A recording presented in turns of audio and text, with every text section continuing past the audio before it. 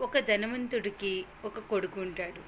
ఆ కొడుకుకి చాలామంది స్నేహితులు ఉంటారు.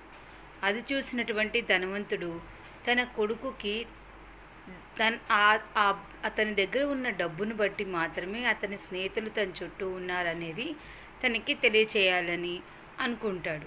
నిజమైన స్నేహితుడు ఎవరో కూడా తెలియజేయాలని అనుకుంటాడు. అనుకొని తండ్రి ఏమని చెప్తాడంటే, నీ స్నేహితులను అందరినీ పిలువు, నీకు ఇంత అప్పు ఉందని అది కట్టలేకపోతున్నానని హెల్ప్ చేయమని అడుగు అంటాడు.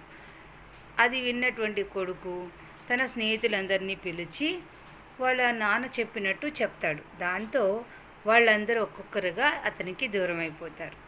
అప్పుడు వాళ్ళ నాన్న, చూడు నేను నిరూపిస్తాను, నిజమైన స్నేహితుడు నీ కష్టంలోనే తోడుగా ఉంటాడు, అలాంటి స్నేహితుడు నాకున్నాడు అని చెప్పి అంటాడు. అలాగే తన కొడుకుని